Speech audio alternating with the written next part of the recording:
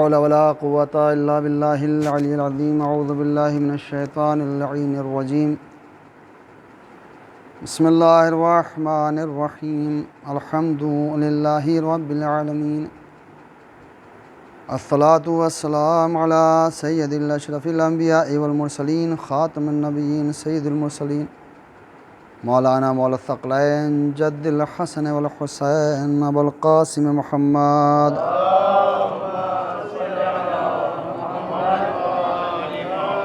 وعلى أهل بيته الطيبين الطاهرين المعصومين المظلومين. أما بعد فقد قال الله تعالى في كتاب المجيد والقرآن الحميد وأصدق الصادقين وقوله الحق. بسم الله الرحمن الرحيم. لا تحسبن الذين قتلوا في سبيل الله أمواتا بل أحياء عندهم يرزقون. صلوات بجی محمد والا.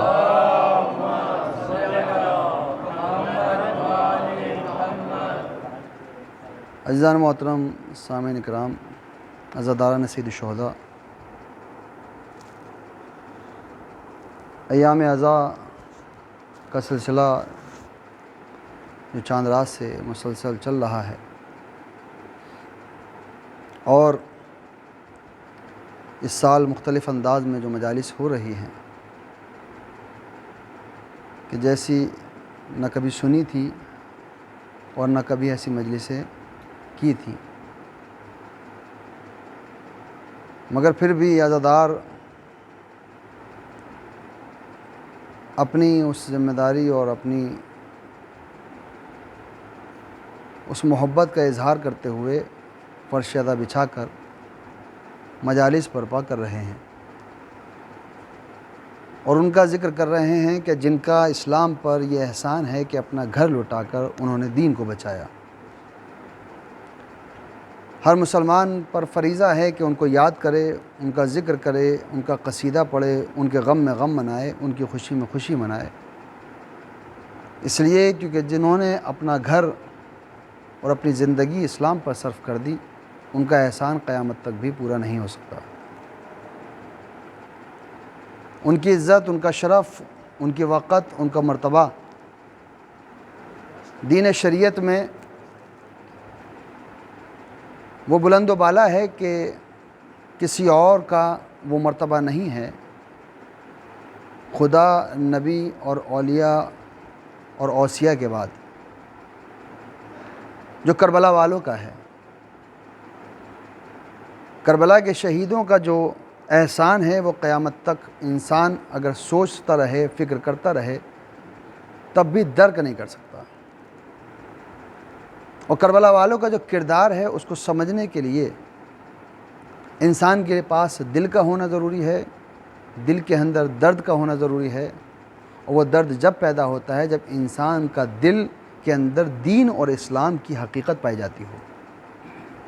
نہ کوئی ظالم سمجھ سکتا ہے، نہ کوئی ظلم کرنے والا سمجھ سکتا ہے. کربلا کو صرف وہ سمجھ سکتا ہے کہ جس کے دل کے اندر دین پایا جاتا ہو، اور دین کہیں اور نہیں ملتا، وہ اہل بیت کے دروازے پر ملتا ہے. کربلا والوں نے جو کیا اپنے دین اور اپنے اسلام کو بچانے کے لیے اور دنیا کے لیے، اس کا جواب کائنات میں کوئی لا نہیں سکتا.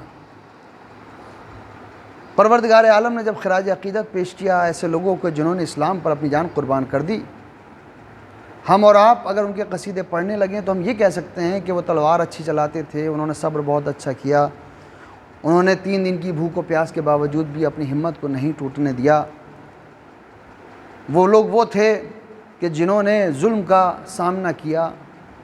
یہ تمام تعریفیں ہم اس لائق ہیں کہ ہم کر سکتے ہیں، مگر پروردگار عالم وہ خالق کائنات ہے، مالک کائنات ہے. آخر وہ ان کے قصیدے پڑھے تو کیسا قصیدہ پڑھے، وہ انہیں سند دے تو کیسی سند دے. آخر پروردگار عالم نے ان کو سند کیا دی؟ کہا دیکھو تم بندے ہو، تم یہ کہہ سکتے ہو کہ ان کا صبر کرنا، ان کا برداشت کرنا بہت بالا ہے، ان کی ذات بہت بالا ہے، ان کے اندر شجاعت، جناب عباس جیسے شجاع پائے جاتے ہیں، جناب اکبر جیسا جوان پایا جاتا ہے، جناب قاسم جیسا شہید پایا جاتا ہے، جناب محمد جیسے بچے ہیں جو صبر کا امتحان دے رہے ہیں. 6 مہینے کا بچہ ہے جو تیر دیکھ کر بھی مسکرا رہا ہے۔ یہ تمام تعریفیں تم کر سکتے ہو، پروردگار تو کیا سند دے گا ان کو کہ جنہوں نے کربلا کے اندر اپنی قربانی پیش کر دی؟ تو پروردگار عالم نے کہا میں خالق کائنات ہوں، مالک کائنات ہوں، میں ایسی سند دے دوں گا قیامت تک کے لیے کہ جس کا کوئی جواب نہیں لا سکے گا۔ دنیا یہ سمجھ رہی ہوگی کہ سر کٹا کر مر چکے ہیں۔ میں کہتا ہوں لا تحسبن الذین قتلوا فی سبیل اللہ امواتا بل احیاء عند ربہم یرزقون، میں ان کو سند ایسی دے رہا ہوں کہ جو اللہ کی راہ میں قتل ہو چکے ہیں اب ان کو تم مردہ مت سمجھنا، ان کو تم ہرگز مردہ شمار نہ کرنا، بلکہ وہ زندہ ہیں۔ پروردگار عالم نے قیامت تک کے لیے بتا دیا جو بھی خدا کی راہ میں قتل ہو جائے، اپنے آپ کو قربان کر دے، اسے کبھی موت نہیں آ سکتی بلکہ وہ زندہ رہتا ہے اور اللہ کی طرف سے رزق پاتا ہے۔ اس کا مطلب یہ ہوا کہ اللہ کی راہ میں قربان ہو جانے والا ہمیشہ زندہ ہے، اور وہی زندہ ہے جو اللہ کے دین پر اپنی جان قربان کر دے۔ اور یہ دنیا بہت اچھی طریقے سے جانتی ہے، یہ دنیا بہت اچھی طریقے سے پہچانتی ہے، دنیا یہ حقیقت جانتی ہے، اور ہم اور آپ بھی جانتے ہیں کہ مردہ اور زندہ کے اندر بہتر کون ہوتا ہے۔ پوری دنیا میں جب آپ کسی سے پوچھئے کہ زندہ بہتر ہے یا مردہ بہتر ہے، ہر ایک انسان کہے گا کہ زندہ بہتر ہے۔ مردہ کی کیا زندگی ہے؟ مردہ کی کیا ویلیو ہے؟ وہ انسان جو مردہ ہو چکا ہے اس کی وقت کیا ہے، اس کا مرتبہ کیا ہے؟ اب مردہ اور زندہ کا علامت وہ نہ سمجھیے کہ آپ کسی کی آنکھیں بند ہو جائیں تو وہ مردہ ہوتا ہے، کسی کی آنکھ کھلی ہوئی ہیں تو زندہ ہے۔ بات مردے اور زندہ کی ہو رہی ہے۔ مردہ اگر ایک انسان کردار مردہ ہے تو پھر اس کی زندگی کیا ہے؟ انسان کا اخلاق مردہ ہے تو اس کی زندگی کیا ہے؟ ایک انسان کا علم مردہ ہے تو اس کی زندگی کیا ہے؟ ایک انسان کا اخلاق مردہ ہے تو اس کی زندگی کیا ہے؟ زندگی کیا بات ہے؟ جس کا اخلاق زندہ ہے وہ زندہ ہے، جس کا کردار زندہ ہے وہ زندہ ہے، جو انسان زندہ ہے وہ زندہ ہے۔ یہی علامت ہے کہ مردہ اسے مت سمجھیے جس کا سر کٹ جائے۔ اگر سر کٹنا ہی مردہ ہوتا تو نوکے نیزہ پہ تلاوت کر کے نہ بتاتے کہ دیکھو زندہ کون ہے مردہ کون ہے۔ ایک صلوات دیجئے محمد والا۔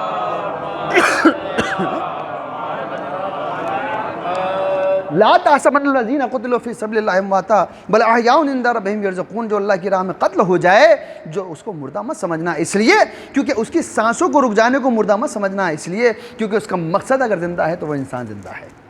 اور صرف مرتبہ اور عزت زندہ کی ہوتی ہے، مردہ کی نہیں ہوتی۔ زندہ کی، اب دیکھیں میرے جملوں کو خیال رکھیے گا، میں صرف اور صرف زندہ اور مردہ کی بات کروں گا، لیکن زندہ اور مردہ وہ مت سمجھیے گا کہ آنکھیں بند ہو جانا قبر میں چلے جانا مردہ ہے۔ نہیں، عزت صرف زندہ کی ہوتی ہے۔ اگر اخلاق زندہ ہے تو عزت ہوگی، اخلاق مردہ ہے تو عزت نہیں ہوگی۔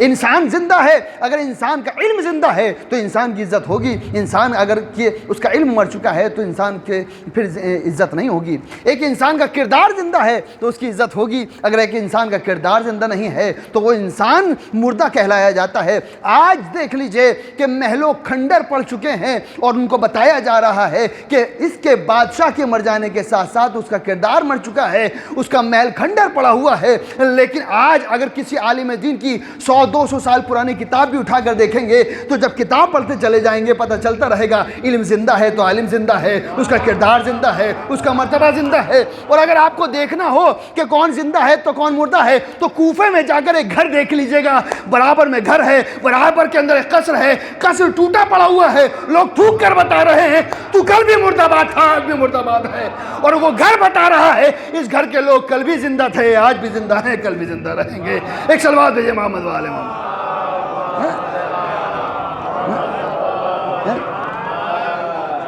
لا تحسبن الذین قتلوا فی سبیل اللہ امواتا، جو اللہ کی راہ میں قتل ہو گئے ہیں ہرگز ان کو مردہ مت سمجھنا۔ مردہ اور زندہ کون ہے؟ عجیب بات ہے۔ ہم نے زندگی بھر نماز پڑھی، یہاں سے میں اپنی بات کا آغاز کر رہا ہوں، مجھے پیغام چونکہ میں جانتا ہوں یہ ایام چوتھے امام سجاد علیہ السلام سے مناسبت رکھتے ہیں،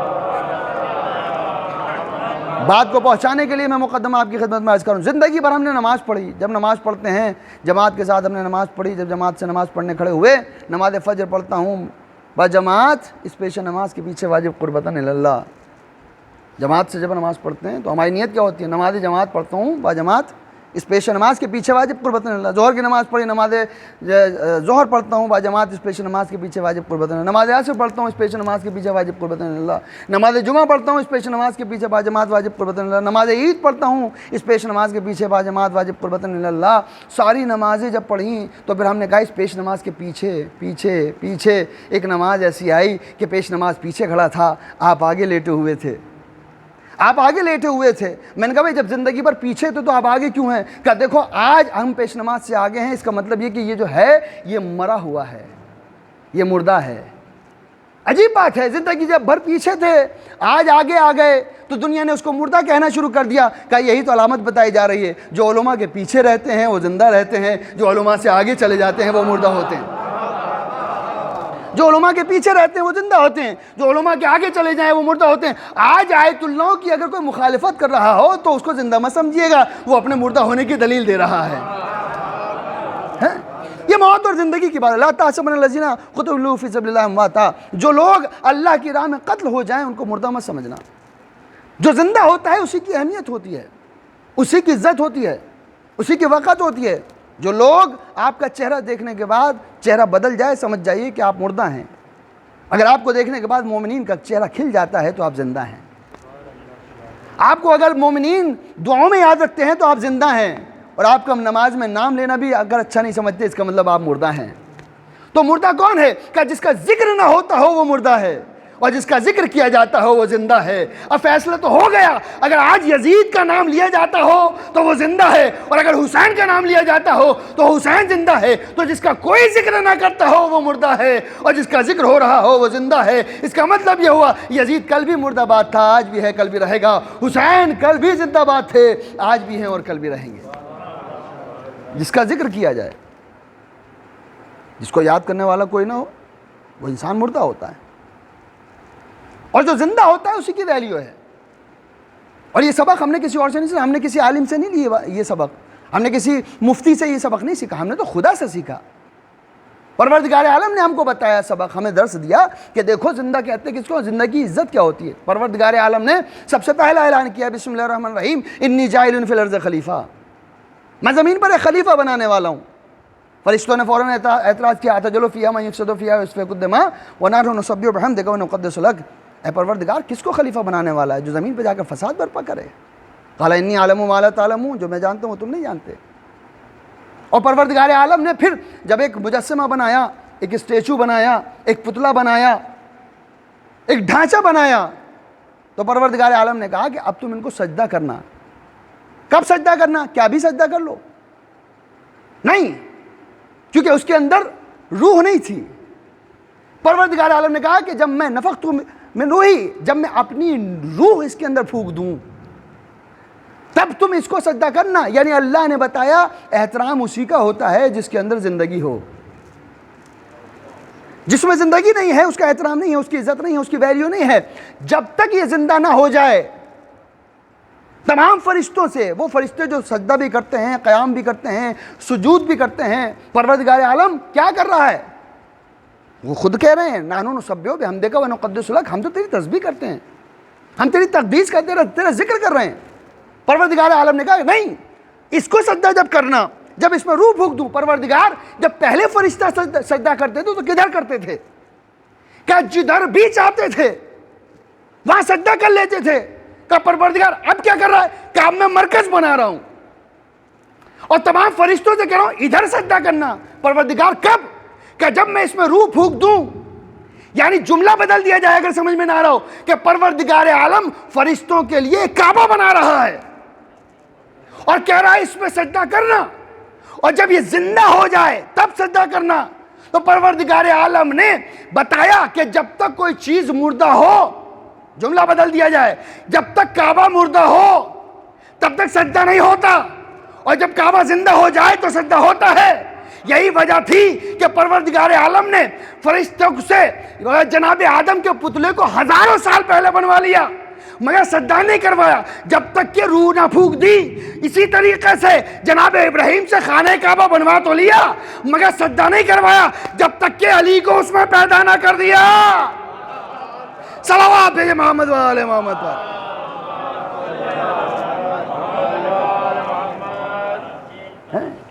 پروردگار عالم نے کہا کہ میں روح پھونک دوں گا، اور جب روح پھونک دوں گا تب سجدہ کرنا. فسجدوا، اور تمام کے تمام فرشتوں نے سجدہ کیا بھی الا ابلیس. ابلیس نے سجدہ نہیں کیا. کیوں سجدہ نہیں کیا ابلیس نے؟ کہا میں اس سے افضل ہوں، میں برتر ہوں. پروردگار عالم نے کہا اچھا اگر تو اس کو برتر سمجھتا ہے، اپنے آپ سے یعنی تو اپنے آپ کو بہتر سمجھتا ہے اور تو یہ سمجھتا ہے کہ جناب آدم جو ہیں کم ہیں اور تو افضل ہے، تو ہم تجھے بتا دیں کہ ہم نے اس کو جو زندہ کیا ہے مر روحی، میں نے اپنی روح ڈالی ہے اس کے اندر۔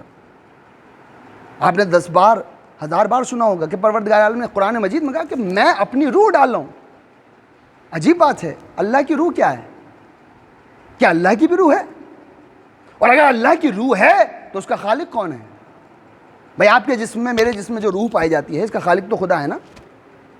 ہم کہتے ہیں جب ہماری روح نکل جائے گی تو مر جائیں گے، ہمارے جسم میں روح ہے تو ہم زندہ ہیں۔ پروردگار عالم میں اپنی روح ڈال رہا ہوں، تو پروردگار عالم یہ تو جو کہہ رہا ہے کہ تیری روح، تو تیری روح کون سی ہے؟ پروردگار عالم نے کہا کہ وہ روح جو میں ڈال رہا ہوں اس بندے کے اندر وہ ہے اہل بیت کا نور۔ اہل بیت کے نور کو اپنی روح بتا رہا ہے۔ پروردگار عالم نے کہا کہ یہ میری روح ہے، اور بتایا کہ دیکھو اہل بیت کے نور کو میں اپنی روح بتا رہا ہوں۔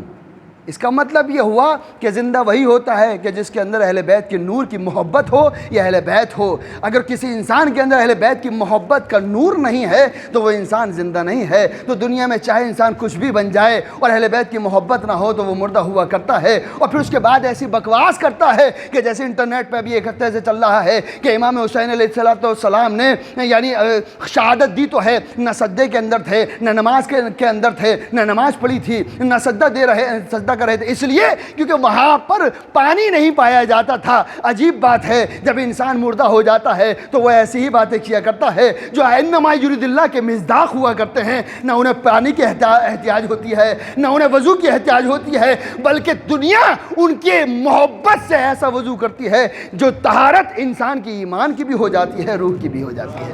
ایک صلوات دیجیے محمد و آل محمد۔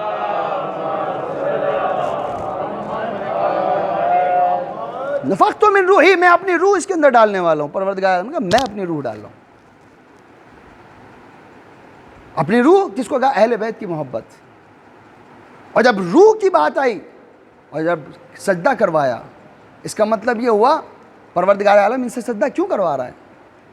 کہ میں سجدہ اس لیے کروا رہا ہوں تاکہ ان کو یہ پتہ چلے کہ میں جب اپنی روح کہہ رہا ہوں تو ان کے اوپر واجب ہے کہ وہ سجدہ کریں، یہ احترام کریں۔ کس کا؟ میری روح کا۔ میں جو نور اس بندے کے ذریعے سے پہچانوانا چاہتا ہوں اس کا احترام کرنا ان کے اوپر واجب ہے، اور اگر یہ احترام نہ کریں تو کیا ہو جائیں گے؟ بھائی جب اس روح کا احترام نہیں کیا تو کیا بنا؟ کہا شیطان۔ کس کا؟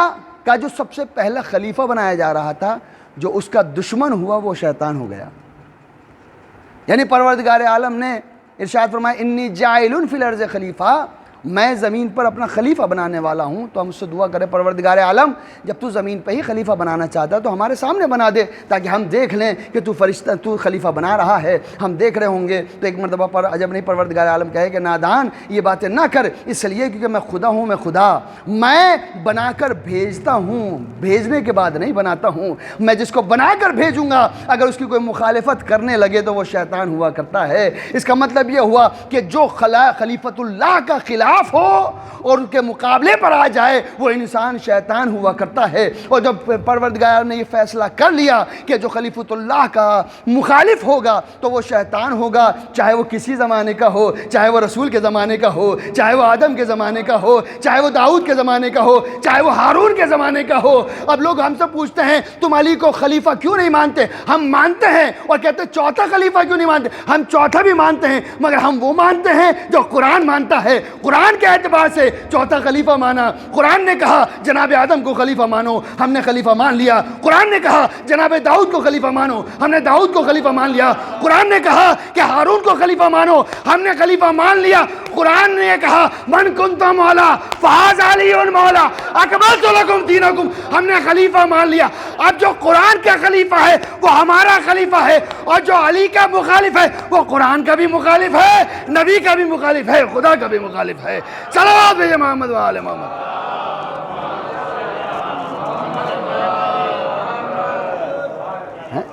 چوتھا ہی ماننا ہے تو مانو علی کو یوں جیسا ہے رتبہ چاروں میں چوتھی کتاب کا. قرآن کے اعتبار سے چوتھا خلیفہ مانتے ہیں اہل بیت، یعنی وہ ذات ہیں کہ جنہوں نے ہمیں حیات دی ہے، زندگی دی ہے. پروردگار عالم نے کہا کہ سجدہ کرو، سجدہ کرا لیا گیا. پروردگار عالم نے کیا احترام دیا، کیا مرتبہ دیا جناب آدم کو کہ میں روح ہی میں اپنی روح ڈال رہا ہوں. اور روح کہا جناب یعنی پنجتن کے نور کو. کیا کہا پروردگار عالم نے کہ میرا نور، میری روح ہے اس کے اندر. جناب آدم پہلے خلیفہ ہیں اور جناب آدم کے اندر اپنی روح ڈالی ہے. یعنی جناب آدم ہمارے جو جد ہیں، ہمارے جو بزرگ ہیں، ہمارے جو آبا میں سے ہیں، ہمارے جو باپ کہے جائیں گے، وہ رشتہ ہے جسمی. یعنی اگر جسم کا رشتہ، جسمانی اگر خلیفہ ہو یعنی بزرگ ہو ہمارا، تو پروردگار عالم یہ فیصلہ کر دیتا ہے جو اس کے مقابلے پر آئے گا وہ شیطان ہوگا. جناب آدم کا صرف اور صرف روح ڈالی گئی ہے اور کوئی مرتبہ نہیں. نبی ہیں وہ الگ بات ہے، خلیفہ ہیں الگ بات ہے، من روحی. پروردگار عالم نے کہا کہ میں نے اپنی روح ڈالی ہے. یہ ہے جناب آدم کا مرتبہ. اور پھر اس کے بعد قرآن کہتا ہے من الناس من یشتری وابتغاء. پروردگار عالم کہتا ہے کہ لوگوں میں سے وہ لوگ قابل احترام ہیں کہ جنہوں نے اپنی نفس کو بیچ کر خدا کی مرضی کو خرید لیا. ایک طرف ہے جناب آدم کے اندر صرف روح، یعنی جسم نہیں، روح پروردگار عالم نے ڈالی. تو جناب آدم کا مرتبہ یہ ہے کہ جو جناب آدم کے مقابلے پر آ جائے وہ شیطان ہو جائے. اور پروردگار عالم نے کہا کہ کچھ لوگ وہ ہیں جو اپنے نفس کو بیچ کر مرضی خدا کو خرید لیتے ہیں. اس کا مطلب یہ ہوا کہ اب جب مرضی خدا خرید لی، جس کو دیکھیں گے خدائی آنکھوں سے دیکھیں گے، جس کو ہاتھ ہوگا تو یہ ید اللہ کہلائے گا، زبان ہوگی تو لسان اللہ کہلائے گے، یعنی انسان کا چہرہ ہوگا تو وجہ اللہ کہلائے گا. یعنی جس میں صرف روح ہو اس کا مخالف اگر کوئی ہو جائے تو اس کا مطلب یہ ہوتا ہے کہ وہ شیطان ہوتا ہے. تو جو ید اللہ ہو، جو نفس اللہ ہو، جو عین اللہ ہو، جو وجہ اللہ ہو، اگر اس کا کوئی مخالف ہو جائے تو وہ بھی شیطان ہوگا. وہ اس زمانے کا شیطان تھا، یہ زمانے کا شیطان ہے. اس کے بعد جب شیطان ہوگا تو اب پروردگار عالم نے کہا کہ دیکھو ابلیس، تو نے خدا کے اس حکم کو ٹھکرایا ہے تو خبردار، اب تو بزم خدا میں نہیں رہے گا بلکہ تجھے نکال دیا جائے گا. اس کا مطلب یہ ہوا کہ جو اللہ کے خلیفہ کا خلاف رہے اس کو بزم میں نہ بٹھانا چاہیے، نہ اس کی بزم میں بیٹھنا چاہیے، نہ اس کی صحبت میں بیٹھنا چاہیے، نہ اس کو صحبت میں بٹھانا چاہیے. اور جب اس کو بزم سے نکال دیا تو یہ قانون بنا دیا جو اللہ کے خلیفہ کا مخالف ہوگا اس کو بزم سے نکال دیا گیا. اور پروردگار عالم نے قانون بنا دیا. دیکھو جناب آدم ہے جسمانی آبا، ہمارے بزرگ، ہمارے جد جناب آدم. بھئی جسم کا ہی تو رشتہ ہے، جنریشن کہاں سے چل رہی ہے؟ جناب آدم سے چل رہی ہے. اور اس میں صرف اللہ نے اپنی روح ڈالی ہے. رسول نے فرمایا انا و علی اباہو من الناس، میں اور علی تمام لوگوں کے، تمام مومنین کا کہ آبا ہیں، باپ ہیں. تو جو جسمانی باپ ہو اس کی مخالفت کرے تو شیطان ہو جائے، جو روحانی باپ ہو. یہ مرتبہ ہے اہل بیت کی محبت کا کہ انسان، پروردگار عالم نے بتایا آدم جب تک مردہ تھے کوئی عزت نہیں تھی، جب زندہ ہوئے روح ڈال دی گئی تو یہ زندہ ہو گئے، فرشتوں سے سجدہ کروا لیا. اور سجدہ کروایا تو کیسا سجدہ کروایا؟ ایسا سجدہ کروایا جس نے سجدہ نہیں کیا وہ ابلیس ہو گیا. اور جو ابلیس ہوا اس کو بزم سے نکال دیا گیا. اب ابلیس نکلتا نہیں ہے، بلکہ ابلیس نے ایک مرتبہ چیلنج کیا خداوند عالم کو. کیا چیلنج کیا؟ پروردگار تیرے بزم سے جا تو رہا ہوں مگر میں بہکاؤں گا. کس کو؟ آدم کی اولاد کو. بڑی توجہ کے ساتھ اب میں موضوع پر آ گیا. میں آدم کی اولاد کو بہکاؤں گا. اب ابلیس سے پوچھا جائے اے ابلیس یہ تو بتا تیری دشمنی آدم سے ہے، آدم کی اولاد سے ہے؟ بھائی تیری دشمنی کس سے ہے؟ آدم سے ہے، آدم کی وجہ سے تو نکلا۔ اگر آدم سے تیری دشمنی ہے تو آدم سے بدل لے، جناب آدم سے بدل لے، ان کی اولاد سے کیا مطلب؟ اگر آدم سے کی وجہ سے تو بزم سے نکلا ہے تو آخر کون سی وجہ ہے کہ تو ہم سے ان کی اولاد سے بدلہ لینا چاہتا ہے؟ جناب آدم کو سجدہ نہیں کیا، پروردگار عالم نے نکال دیا۔ تجھے بزم سے نکالا، تیری غلطی تھی، تو نے اللہ کا کہنا نہیں مانا، اور تو اب بدلہ لینا چاہتا ہے ہم سے۔ آخر ہم سے کیا مطلب؟ ہمارا تیرا کیا تعلق؟ تو ہم سے کیوں مقابلہ کرنا چاہتا ہے؟ بڑی خاموشی کے ساتھ سننا، ایک صلوات دے محمد والے محمد پر۔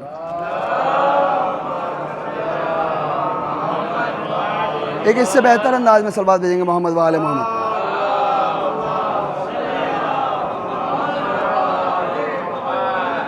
بزم سے خدا کی نکال دیا گیا۔ آدم نے ابلیس کہتا ہے کہ میں آدم کی اولاد کو بہکاؤں گا، پروردگار عالم کی بزم سے نکال دیا گیا۔ اے شیطان، تیرا ہم سے کیا دشمنی؟ تو ہمیں کیوں بہکانا چاہتا ہے؟ تیری کیا وجہ ہے؟ ریزن کیا ہے کہ تو ہمیں بہکانے، ہم سے بدلہ لینا چاہتا ہے؟ تاریخ نے بتایا جناب نوح کی جب کشتی بننے لگی اور جناب نوح نے نجات دے دی اور جناب نوح کو نجی اللہ کا خطاب مل گیا، تو ایک مرتبہ شیطان بارگاہ نبی میں آیا اور آنے کے بعد جناب نوح سے کہتا ہے، اے نوح مبارک ہو، آپ کو نجی اللہ کا خطاب مل گیا اور آپ اللہ کی طرف سے نجات دینے والے بن گئے۔ جناب نوح نے مسکرا کر کہا، خدا کا شکر ہے، اللہ نے مجھے اس قابل سمجھا اور اللہ نے مجھے یہ مرتبہ عطا فرمایا۔ تو ابلیس نے فوراً کہا، یا نوح جب نجی اللہ بن گئے ہو تو کم سے کم میں اتنا پریشان ہوں، مجھے بھی نجات دے دو، میری بھی معافی کرا دو، میری بھی تمام مرادیں پوری ہو جائیں، میری مغفرت ہو جائے، میرا گناہ معاف ہو جائے، میری خطا معاف ہو جائے۔ جناب نوح نے کہا ٹھیک ہے، ہم تجھے کل جواب دیں گے۔ پروردگار عالم کی بارگاہ میں جناب نوح نے کہا، پروردگار نجی اللہ کا تو نے مجھے مرتبہ دیا ہے، شیطان کہتا ہے، ابلیس کہہ رہا ہے کہ کسی طریقے سے اس کی نجات ہو جائے، کسی طریقے سے اس کی معافی ہو جائے، کسی طریقے سے اس کا گناہ معاف ہو جائے۔ ایک مرتبہ جناب نوح سے پروردگار عالم نے مسکرا کر کہا، اے نوح اگر یہ چاہتا ہے کہ اس کا گناہ معاف ہو جائے تو اس سے کہو جہاں سے خطا شروع ہوئی تھی وہیں سے وہ خطا معاف ہو جائے گی۔ اگر یہ انسان، اگر یہ ابلیس جس نے کل سجدہ نہیں کیا تھا آدم کو، تو آج جا کر قبر آدم کو تلاش کرے اور جانے کے بعد وہاں پر سجدہ کر لے۔ اگلے دن ابلیس آیا اور آنے کے بعد ایک مرتبہ کہتا ہے، نوح کیا حکم ہے میرے لیے، میں کیا کروں؟ تو پروردگار عالم کے اس حبیب نے، اس نبی نے کہا، اے ابلیس اگر تو چاہتا ہے تیرا گناہ معاف ہو جائے اور تو چاہتا ہے کہ گنہگاروں میں نہ رہے اور تیرا شمار ان لوگوں میں نہ ہو، تو پھر تو جا کر آدم کی قبر کو سجدہ کر لے۔ تو فوراً ابلیس نے کہا کہ دیکھو، جس کو میں نے زندہ سجدہ نہ کیا، جس کو میں نے زندہ سجدہ نہیں کیا، آخر اس کو میں مردہ سجدہ کروں گا۔ ایک مرتبہ فوراً جناب نوح نے کہا، اس کا مطلب یہ ہے کہ تیرا نجات نہیں ہو سکتی، اس لیے کیونکہ تو کل بھی متکبر تھا، آج بھی متکبر ہے، اور کل بھی تو نے تکبر کیا تھا، آج بھی تو نے تکبر کیا ہے۔ جناب نوح نے کہا، اے ابلیس تیری نجات نہیں ہو سکتی، اس لیے کیونکہ تو آدم کی آج بھی عزت نہیں کرتا ہے۔ یعنی بتایا گیا کہ جو لوگ کل بھی عزت نہیں کرتے تھے، آج بھی نہیں کرتے ہیں، وہ ان کی نجات نہیں ہو سکتی۔ آج کے زمانے میں بہت سارے لوگ جب یہاں سے یزید کو برا کہا جاتا ہے تو کوئی رضی اللہ کہنے لگتا ہے، کوئی کچھ کہنے لگتا ہے، اور جب ان سے پوچھا جائے کہ تم یزیدیوں میں سے ہو تو وہ کہتے ہیں نہیں، ہم یزیدی نہیں ہیں، یزید سے ہمارا کیا تعلق، ہمارا کوئی رشتہ تھوڑی ہے، ہماری کوئی رشتہ داری تھوڑی ہے۔ تو جب کوئی یہ کہے کہ ہمارے یزید سے کوئی تعلق نہیں ہے تو اس سے کہو چلو حسین کی قبر پر کرو حسین کو سجدہ۔ اگر حسین کی قبر کو سجدہ کر لیں سمجھ جائیے گا کہ وہ یزیدی نہیں ہے، لیکن اگر آج بھی منع کرتے ہو تو سمجھ جائیے گا کل بھی شیطان کے ساتھ ہے، آج بھی شیطان کے ساتھ ہے۔ صلوات پہ محمد و آل محمد۔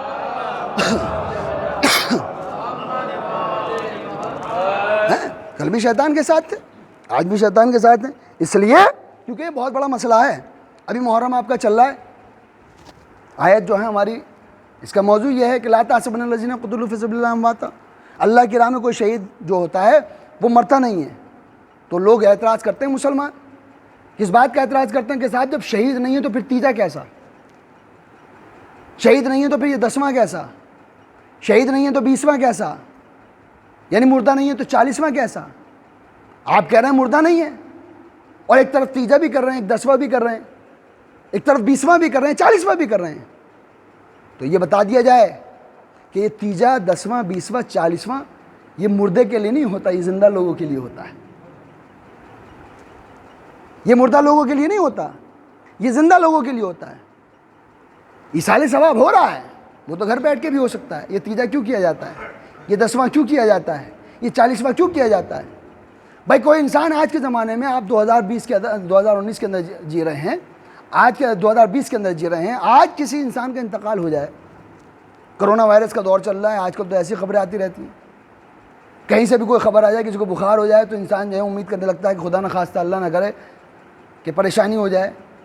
مان لیجئے کسی انسان کا انتقال ہو گیا اور بہت آنن فانن ان کو دفن بھی کر دیا گیا، آپ ان کی جنازے میں شریک نہیں ہو سکے۔ کوئی مسلمان کسی کے جنازے میں شریک نہیں ہو سکا، تو اگر جنازے میں شریک نہیں ہو سکتا تو بعد میں تو جا کر تعزیت پیش کر سکتا ہے۔ تعزیت نہ پیش کرنا اس بات کی علامت ہے کہ وہ جنازے سے محبت نہیں کرتا تھا۔ بڑی توجہ کے ساتھ آپ نے خاموشی سے یہ جملہ سن لیا۔ اگر کوئی جنازے میں شریک نہ ہو تو دوبارہ دفن کرنے کی باتیں نہ کرے، بلکہ پسماندگان کو جا کر تعزیت پیش کرے۔ تعزیت پیش کر رہا ہے تو اس کا مطلب یہ ہے کہ جنازے سے محبت تھی۔ اب رسول کے بعد اگر تعزیت پیش نہ کی جائے تو اس کا مطلب یہ ہوا نہ رسول سے محبت تھی نہ پسماندگان سے محبت ہے۔ تو ایک مرتبہ فوراً مان لیجئے کہ انسان مر جاتا ہے، آپ اس کے جنازے پہ نہیں جا سکتے، تو جنازے پہ نہیں جا سکتے تو آپ سب سے پہلے پوچھتے ہیں بھائی تیجا کب ہے؟ تو صاحب تیجے کی خبر مل جاتی ہے پرسوں تیجا ہے۔ مان لیجئے آپ تیجے میں بھی نہیں پہنچ سکے تو 10ویں کی مجلس میں پہنچیں گے، 20ویں کی مجلس میں پہنچیں گے، اور انسان کبھی بھی نہ پہنچ سکے تو 40ویں میں تو پہنچنے کی کوشش کرتا ہے۔ 40ویں میں کیوں پہنچتا ہے؟ کہ دیکھو محبت اگر ہے تو جنازے پہ پہنچے گا، کوئی عذر پیش آ گیا تو تیجے میں پہنچے گا، تیجے میں بھی شریک نہیں ہو سکتا تو 10ویں میں پہنچے گا، 10ویں میں بھی شریک نہیں ہو سکتا تو 20ویں میں، اور کچھ بھی نہ ہو تو سارے کام چھوڑ کے کم سے کم 40ویں میں آ جائے گا۔ پتہ چل جائے گا کہ دشمنوں میں سے نہیں ہے بلکہ محبوں میں سے ہے، محبت کرنے والوں میں سے ہے۔ ہم دنیا کو بتانا چاہتے ہیں، ہم صحیح بات ہے کہ مردہ جو ہوتا ہے اس کا تیجا یعنی شہید جو ہوتا ہے وہ مردہ نہیں ہوتا ہے، مگر تیجا 10واں اس وجہ سے نہیں کرتے۔ ہم یہ بتانا چاہتے ہیں کہ اگر عشرے میں نہیں آ سکے تو تیجے میں آ جاؤ، تیجے میں نہیں آ سکے تو 10ویں میں آ جاؤ، 10ویں میں نہیں آ سکے تو 20ویں میں آ جاؤ، 20ویں میں نہیں آ سکتے تو حسین کے چہلم میں آ جاؤ، اور اگر چہلم میں بھی نہیں آئے تو ہم سمجھ جائیں گے کہ تم ادھر والوں میں سے نہیں ہو بلکہ یزیدیوں میں سے ہو، اس لیے کیونکہ محبت ہوتی تو 40ویں میں آ کر بتاتے محبت حسین سے بھی ہے، شہداء سے بھی ہے۔ ایک صلوات بھی محمد و آل محمد پر۔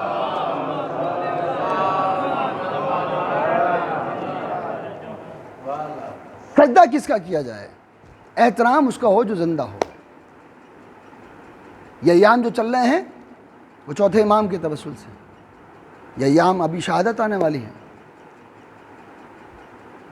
وہ انسان کہ جس کو کربلا کے اندر یہ کہہ دیا جاتا ہے کہ بیمار تھا، وہ شخصیت جس کو یہ کہہ دیا گیا کہ بیمار تھے، بیمار نہیں تھے، وہ امتحان تھا۔ جس نے یزید جیسے کو بیمار کر دیا ہو وہ کبھی بیمار نہیں ہو سکتا۔ وجہ کیا ہے؟ تاریخ بیان کرتی ہے کہ قید میں امام ضرور تھے مگر نیند یزید کو نہیں آتی تھی۔ رات میں کسی بھی وقت بلا کر امام کو بلا لیا کرتا تھا، رات کو 2 بجے بلا رہا ہے، 3 بجے بلا رہا ہے اور امام میں جا رہے ہیں، ہاتھوں میں ہاتھ کڑی، آنکھیں لال یزید کی، سویا نہیں ہے۔ کسی نے پوچھا یزید رات میں بلاتا کیوں ہے؟ کہا میں دیکھنا چاہتا ہوں کہ سجاد قید ہو کر بھی کتنا سکون سے ہے۔ اب بتائیے قیدی کون ہے؟ قیدی امام ہے یا پھر یزید ہے؟ بیمار ہو گیا، رات بھر نیند نہیں آتی ہے۔ کسی نے بڑا اچھا جملہ کہا کہ امام جو مولا کائنات، آپ کا نام بھی علی ہے اور آپ کا نام بھی علی ہے، کہ جو ہاتھ کھولے ہو کر خیبر کو فتح کرے اسے علی مرتضیٰ کہتے ہیں، جو ہاتھ بندے ہو کر کوفہ و شام کو فتح کرے اسے سید سجاد کہا جاتا ہے۔ بندے ہاتھوں کے ساتھ جو کوفہ اور شام کو فتح کرے انہیں سید سجاد کہا جاتا ہے۔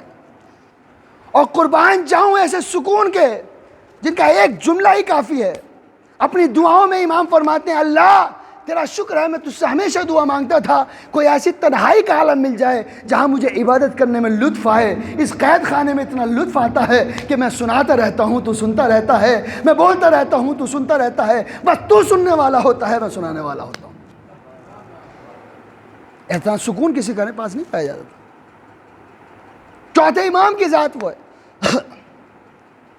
کہ شام و کوفہ کے بازار میں لوگوں نے ذلیل کرنے کی کوشش کی. ذلیل کون ہوتا ہے؟ جب ابن زیاد نے کہا کہ خدا کا شکر ہے کہ اللہ نے تم کو ذلیل کیا نعوذ باللہ, تو ایک مرتبہ جملہ واپس آیا, ذلیل وہ ہوتا ہے جس کا کوئی کردار نہ ہو, ذلیل وہ ہوتا ہے جو فاسق و فاجر ہوتا ہے. ہم حق پر شہید ہوئے ہیں, ہم کل بھی عزتدار تھے, آج بھی عزتدار ہیں, کل بھی رہیں گے. تو عز و من تشاء تو ذل و من تشاء. اب یہ دیکھ کہ ہم آج قیدی ہو کر بھی سکون میں ہیں, تو تخت پر بیٹھ کر بھی مجبور ہے. یہ کس کی ذات ہے؟ خانہ کعبہ کے درمیان تاریخ بیان کرتی کہ بادشاہ وقت, دیکھیں عزت میں نے بات ہی وہاں سے شروع کی ہے. جو زندہ ہوتا ہے اسی کی عزت ہوتی ہے, جو مردہ ہوتا ہے اس کی عزت نہیں ہوتی. جس کا کردار مرا ہوا ہو اس کی عزت نہیں کی جاتی. ظاہراً کوئی سلام کر لیتا ہو اس کو الگ بات ہے, مگر جس کا کردار زندہ ہے اس کو دل بھی سلام کرتا ہے, آنکھیں بھی سلام کرتی ہیں, نفس بھی سلام کرتا ہے. بادشاہ وقت چاہتا ہے کہ حجر اسود کو بوسہ دے. بڑھنا چاہا, بھیڑ نے ایک مرتبہ جگہ ہی نہیں دی, واپس آ کر اپنی کرسی پر بیٹھ گیا. انتظار کرنے لگا کہ یہ مجمع چھٹ جائے. دیکھا ایک نوجوان خانہ کعبہ کی طرف بڑھا. جیسے ہی خانہ کعبہ کی طرف بڑھا, بھیڑ ایسے چھٹنے لگی جیسے کائی چھٹنے لگتی ہے. وہ نوجوان جیسے ہی حجر اسود کے پاس پہنچا, ایسا لگتا تھا کہ حجر اسود چاہتا ہو کہ اس کو آگے بڑھ کر چوم لے. حجر اسود کو جو چومنے کی خواہش کریں اسے مومنین کہتے ہیں, مومن کہا جاتا ہے. اور حجر اسود جن کے بوسے ہاتھ کو چومنے کے لیے تمنا کرے انہیں امیر المومنین کہا جاتا ہے, انہیں سید سجاد کہا جاتا ہے, انہیں زین العابدین کہا جاتا ہے. اور ان کا مرتبہ ایسا ہے کہ قرآن قصیدے پڑھتا ہے, قرآن کی آیتیں آپ علماء کرام سے پوچھے. قرآن کے اندر جن کو عابدین کہا گیا انہیں ساجدین نہیں کہا گیا, جنہیں ساجدین کہا گیا انہیں عابدین نہیں کہا گیا. فرشتوں کو ساجدین کہا گیا, تمام نبیوں کو عابدین کہا گیا. تمام نبی عابدین تھے, ساجدین نہیں ہوئے. فرشتے ساجدین تھے, عابدین نہیں ہوئے. فرشتے وہ ہیں جو ساجدین ہو, عابدین نہ ہو. نبی وہ ہیں جو عابدین ہو, ساجدین نہ ہو. کیا مرتبہ ہے سید سجاد کا کہ سید الساجدین بھی ہے, زین العابدین بھی ہے. صلوات ہے محمد و آل محمد.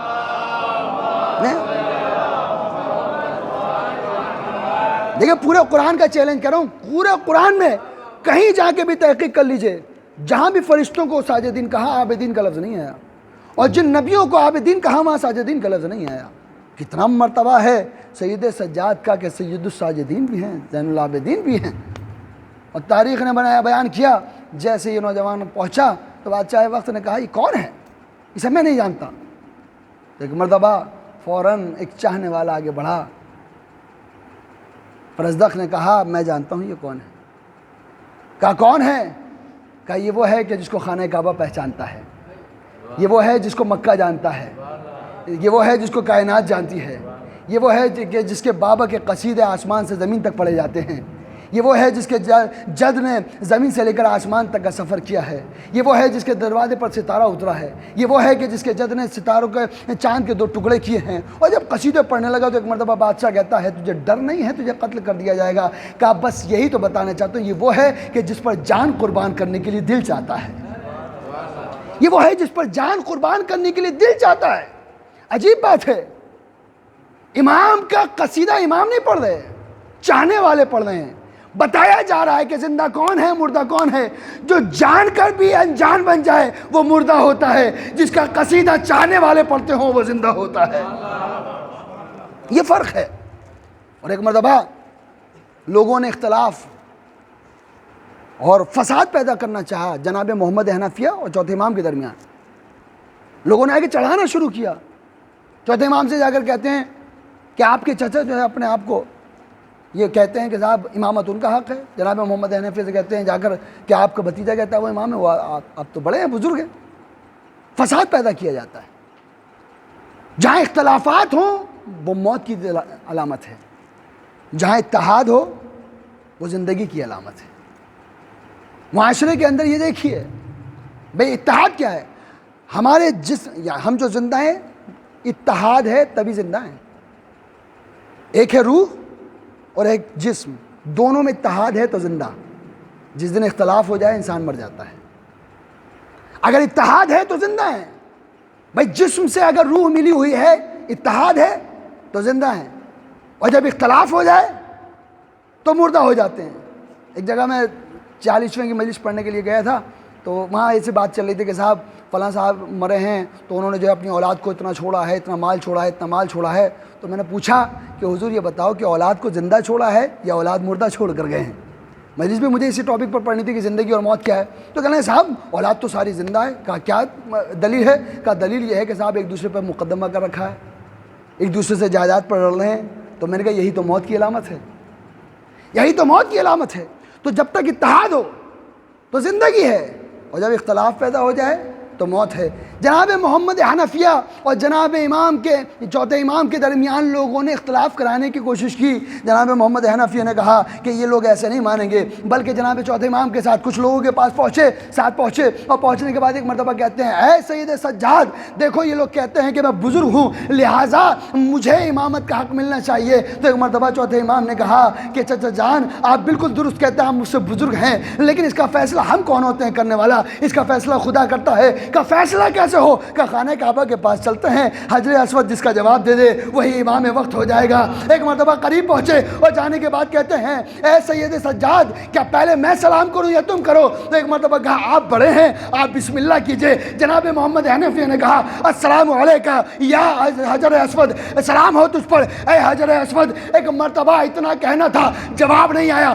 ابھی سید سجاد لب ہلانا چاہتے تھے کہ حجر اسود سے آواز آئی السلام علیکہ یا امامی، امام آپ پر میرا سلام ہو۔ ایک مرتبہ جناب سید سجاد سے پوچھا آپ نے سلام تو نہیں کیا، لیکن اس نے جواب کیوں دیا؟ کہ یہ ہے حجر اسود، اس پر واجب ہے کہ یہ امام کا احترام کرے، اس کا سلام کرنا بتا رہا ہے کہ ہم محتاج نہیں ہیں، یہ ہمارا محتاج ہے۔ صلوات امام آل محمد۔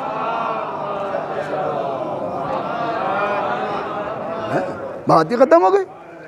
اور ایک مرتبہ جناب سید سجاد نے کہا کہ ٹھیک ہے، حالانکہ جناب محمد حنفیہ نہیں چاہتے تھے کہ اپنی امامت کا دعویٰ کریں، لیکن چونکہ لوگ آ کر ان سے کہتے تھے لہٰذا جناب محمد حنفیہ تعارف کرا رہے تھے۔ یہ نہیں ہے کہ ہم خود دعویٰ کرنا چاہ رہے ہیں، تعارف کرا رہے ہیں۔ یہ اہل بیت کا طریقہ ہے، بتایا جا رہا ہے کہ دیکھو سمجھو ان کا مرتبہ کیا ہے۔ اور اس کے بعد بھی لوگ نہیں مانے، تو آخری بات اس کے بعد بھی لوگ نہیں مانے، اور آنے کے بعد اختلاف پیدا ہوا کہ صاحب کس کو امام مانا جائے، کس کو امام مانا جائے۔ تو ایک ضعیفہ جس کا نام حبابہ لکھا گیا، وہ چوتھے یعنی امام اول مولا کائنات علی بن ابی طالب علیہ السلام کے زمانے میں، امام کے زمانے میں آئی، آ کے سوال کرتی ہے مولا مجھے بس اتنا بتا دیجئے کہ خلیفۃ اللہ کی پہچان کیا ہوتی ہے؟ خلیفۃ اللہ کی پہچان کیا ہے؟ ایک مرتبہ امام نے کہا کہ دیکھو بابا سامنے یہ ایک پتھر پڑا ہوا ہے، اس پتھر کو اٹھا لو۔ اس نے پتھر اٹھایا، کہا ادھر لاؤ۔ پتھر کو لائے تو امام نے ایک مرتبہ انگوٹھی لی اور لینے کے بعد مہر لگا دی۔ تو کہا کہ یہ رکھ لو اپنے پاس، جو مہر لگاتا چلا جائے سمجھ جانا وہ خلیفۃ اللہ ہے۔ جو مہر لگاتا چلا جائے سمجھ جانے کہ یہ خلیفۃ اللہ ہے۔ اور مہر کی خاص بات کیا ہے کہ اس پر نقش ہوتا ہے، امام کے ہاں جو نقش ہے، نقش کی کیا تو خاص بات ہے۔ آپ بھی مہر بنوانے جاتے ہوں گے اپنے، جب مہر بنوانے جاتے ہیں تو وہ لفظ سارے الٹے ہوتے ہیں، اور جب اس کو مہر لگائی جاتی ہے تو وہ سیدھی لگتی ہے۔ اگر آپ مہر کے لفظ سیدھے ہوں اور مہر لگانا چاہیں تو الٹا چھپے گا۔ امام کی خاص بات یہ کہ انگوٹھی پہ لکھا جیسے بھی ہو، جب مہر لگائی جائے گی تو وہ سیدھی ہی لگے گی، لکھا بھی سیدھا ہوگا، مہر بھی سیدھی لگے گی۔ ایک مرتبہ فوراً جیسے ہی پہچان لیا کہ خلیفۃ اللہ ایسا ہوتا ہے کہ جس کی انگشتی کی مہر بالکل اس طریقے سے ہو کہ جو قدرت یعنی قدرت کو ہی بدل دے۔ پھر اس کے بعد امام حسن کے زمانے میں آئی، اور جیسے ہی امام کے پاس آتی ہے اور آنے کے بعد اختلاف ہوا نا امام حسن کے زمانے میں، تو لوگوں نے پوچھا کہ خلیفۃ اللہ کون ہوگا؟ تو امام نے کہا کہ اے حبابہ، وہ جو میرے بابا نے تمہیں پتھر دیا تھا وہ لے کر آؤ۔ تو جیسے وہ پتھر لے کر آئی، امام نے اس پر مہر لگائی، مہر دیکھے بالکل ایک جیسی ہے، مان گئی کہ مولا آپ کا شکر گزار، مولا آپ کی شکر گزار ہوں، آپ نے میرے ایمان کو بچا لیا، میرے عقیدے کو بچا لیا۔ وہی تیسرے امام کے زمانے میں ہوا۔ اب چوتھے امام کے زمانے جب آیا تو ایک مرتبہ 130 سال کی اس کی عمر ہو چکی تھی، اور ایک مرتبہ جیسے ہی چوتھے امام کے زمانے میں آئی اور آ کر پوچھتی ہے، یہ اختلاف چل رہا تھا جناب محمد حنفیہ اور ان لوگوں کے درمیان، تمام اختلاف لوگ پیدا کرنے کی کوشش کر رہے تھے۔ ایک مرتبہ آتی ہے اور آنے کے بعد کہتی ہے کہ مولا یہ کیسے پتہ چلے خلیفۃ اللہ کون ہے؟ تو ایک مرتبہ کہا ہے بابا، وہ جو میرے جد نے تمہیں پتھر دیا تھا وہ پتھر لے کر آؤ۔ کہا مولا آج میں صرف اور صرف یہ فیصلہ کرانے نہیں آئی ہوں کہ مجھے یہ پتہ چل جائے کہ خلیفۃ اللہ کون ہے۔ ایک مرتبہ کہا پہلے پتھر تو دو، پتھر ایک مرتبہ لیا اور مہر لگانے کے بعد کہا بابا اب تم چاہتی ہو نا کہ تمہاری اس ضعیفی کو جوانی سے پلٹ دیا جائے؟ تو ایک مرتبہ کہا مولا یہی تمنا لے کر آئی ہوں۔ کہا بابا ذرا اپنی طرف تو دیکھو۔ اب جو اس نے خود کو دیکھا تو ضعیفی جو تھی وہ جوانی میں پلٹ چکی تھی۔ اس نے کہا کہ آپ نے کوئی دعا نہیں کی، آپ نے کوئی ارادہ، آپ نے کوئی دعا نہیں کی، آپ نے نماز نہیں پڑھی۔ جناب یوسف نے اللہ کی بارگاہ میں ہاتھ اٹھایا تھا، اس کے بعد زلیخا کی جوانی پلٹی تھی۔ ایک مرتبہ امام نے کہا کہ کن فیکون کے مصداق ہم ہی تو ہیں، ہم ادھر کہہ دیتے ہیں ادھر ہو جاتا ہے۔ صلوات محمد و آل محمد۔ ادھر ہم نے کہہ دیا ادھر ہو گیا۔ اور ایک مرتبہ تاریخ بیان کرتی ہے کہ یہی ہو بابا 8ویں امام کے دور تک آتی رہی، اور جب 8ویں امام کے دور میں آتی ہے اور آنے کے بعد کہتی ہے کہ خلیفۃ اللہ کون ہے، تو امام نے وہی کہا جو میرے جد نے تجھے پتھر دیا تھا وہ پتھر لے کر آ۔ پتھر وہی تھا، مہر وہی تھی۔ ایک مرتبہ پھر مہر لگا کر بتایا۔ وہ بابا نے ایک مرتبہ پوچھا کہ مولا شکر ہے کہ آپ نے میرے ایمان کو بچا لیا۔ تو 8ویں امام نے پوچھا اے ہو بابا کیا دوبارہ سے میرے جد کی طرح اپنی اس جوانی کو پلٹوانا چاہتی ہے؟ ہاتھ جوڑ کر کہا مولا جینا تھا جتنی جی لی، بس آج تمنا پوری ہو گئی کہ آپ کی زیارت ہو گئی، اب آپ کی کنیزی میں مر جاؤں، اس سے بہترین زندگی کیا ہو سکتی ہے اور اس سے بہتر موت کیا ہو سکتی ہے؟ ایک مرتبہ جناب 8ویں امام کہتے ہیں اے ہو بابا تیرا یہ نام تاریخ میں لکھا جائے گا اور یاد کیا جائے گا کہ جو اپنے امام کی محبت میں، تلاش میں، تحقیق میں نکلے وہ انسان زندہ ہوا کرتا ہے، اور جو بغیر آنکھ بند کیے کسی کو امام مانتا رہے وہ انسان زندہ نہیں ہوتا۔ اس لیے کربلا کے اندر امام بتا رہے ہیں کہ دیکھو کہ جو دولت کے اندھے ہو کر کسی کو اپنا خلیفہ مان لیں وہ مردہ ہوتے ہیں، اور جو ہر جیسا پلٹ کر آ کر بھی اپنے آپ کو زندہ بچائے وہ یہ بتائے کہ میں نے تحقیق کر کے امام کو مانا ہے وہ زندہ ہوا کرتا ہے۔ ایک صلوات دیجیے محمد والے محمد۔ 8ویں امام تک یہ ضعیفہ رہی ہے اور آئی ہے۔ چوتھے امام کی زندگی، چوتھے امام نے وہ زندگی دی ہے، وہ شعور دیا ہے دنیا کو۔ جس کا کردار زندہ ہے وہ انسان زندہ ہے۔ کربلا والوں کا کردار آج بھی زندہ ہے۔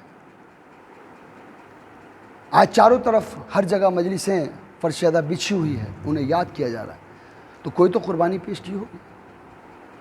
چوتھے امام کی وہ ذات ہے، شہادت تو آپ شہادت میں سنیے گا، مگر امام کی ذات وہ ہے کہ جس نے کربلا کے اندر وہ حالات دیکھے کہ جو کسی بیٹے کو خدا نہ دکھائے۔ باپ کا لاشا پڑا ہوا ہو، جوان بیٹا دفن نہ کر سکتا ہو۔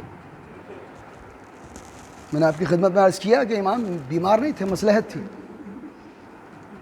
کربلا جب امام پہنچے امام بیمار نہیں تھے، امام تو باقاعدہ آتی ہوئی فوجوں کو دیکھ رہے تھے، اور فوجوں کو دیکھ کر جب امام نے پوچھا سید سجاد کیا دیکھتے ہو؟ کہا بابا کچھ نہیں۔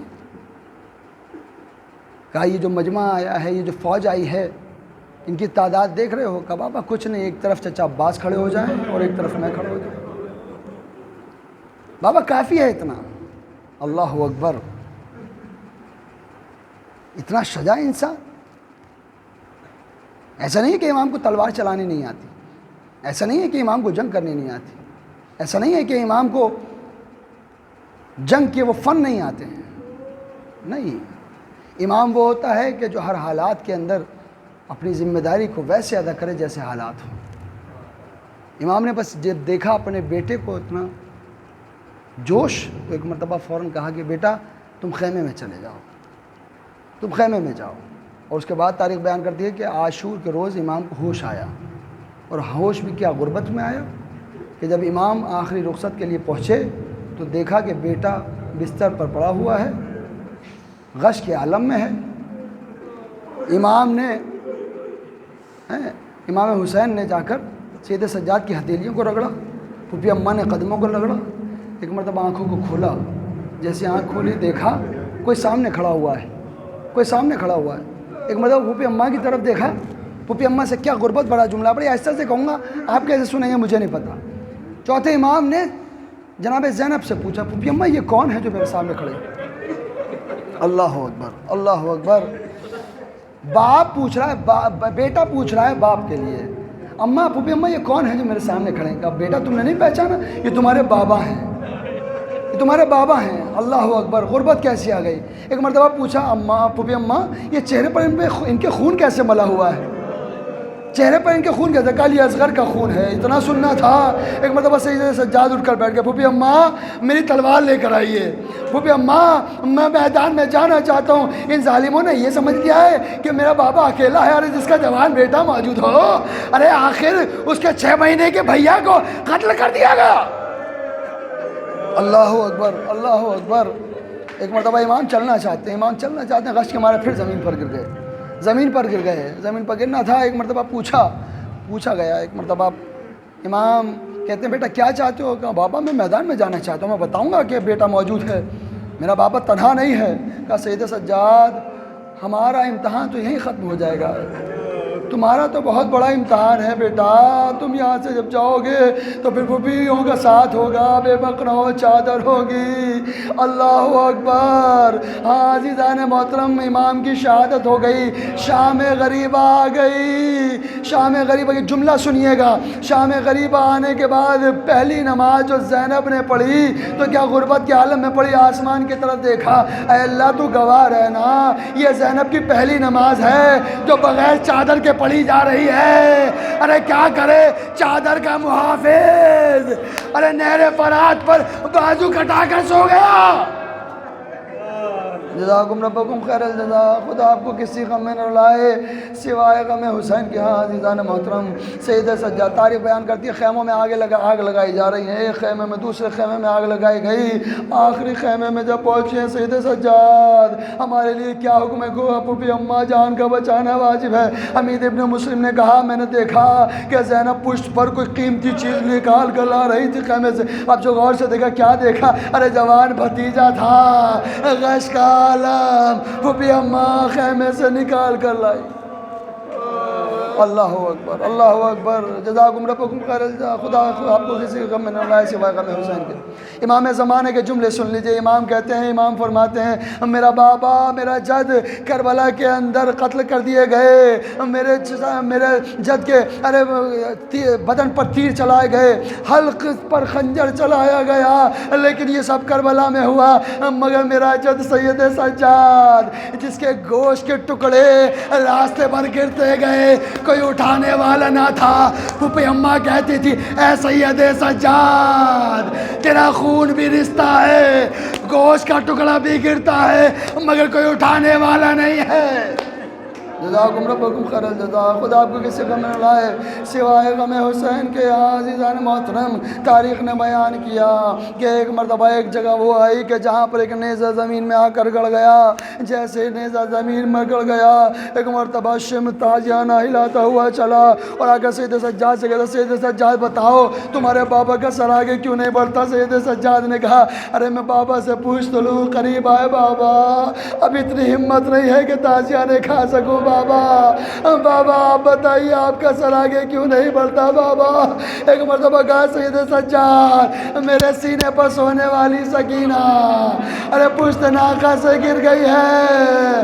ارے سید سجاد نے جب اتنا کہا، زینب نے یہ آواز سن لی، اپنے آپ کو ناقہ سے گرا دیا، ہاتھ بندھے ہوئے تلاش کر رہی ہے، اے نا سکینہ، اے نا سکینہ، دیکھا جھاڑیوں کے درمیان ایک ضعیفہ بچی کو آغوش میں لیے بیٹھی ہیں، پیار کر رہی ہے۔ زینب قریب پہنچی، اے ضعیفہ تم کون ہو جو اتنا پیار کر رہی ہو؟ ارے اس بچی کو اس کے بابا کی شہادت کے بعد کسی نے پیار نہ کیا، جو بھی ہے تماچے مارتا ہے، تازیانے لگاتا ہے۔ جزاکم ربکم خیر الجزا۔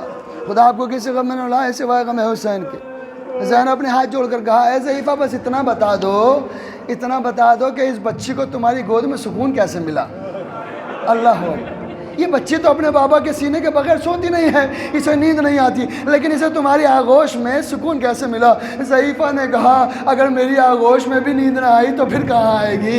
میری آغوش میں بھی سکون نہ ملا تو کہاں ملے گا؟ ارے اس آغوش میں تو میرا حسین سویا کرتا تھا، اتنا سننا تھا۔ ایک مرتبہ ہاتھ جوڑ کر کہا، اے ضعیفہ بتاؤ تو تم کون ہو؟ کہا، اے زینب تو نے نہ پہچانا، میں تیری ماں فاطمہ۔ ارے زینب تڑپ گئی، اے اماں میرا گھر لٹ گیا، میرا بھیا مارا گیا، میرا عباس مارا گیا، میرا چمن اچھل گیا۔ ہاں زینب پتہ ہے جب تو نے مدینہ چھوڑا تیری ماں تیرے ساتھ تھی، قدم با قدم تیرے ساتھ چلتی رہی، جہاں جہاں تو گئی تیری ماں تیرے ساتھ تھی۔ سیعلم الذین ظلموا انقلبوا ینقلبون۔ بار الہ تجھے واسطہ محمد والے محمد کا، ہم گنہگاروں کے اس مختصر سی عبادت کو قبول فرما لے، پروردگار مانی مجلس کے تمام جائز حاجات کو قبول فرما، با الہ ہمارے تمام گناہ کبیرہ و صغیرہ کو بخش دے۔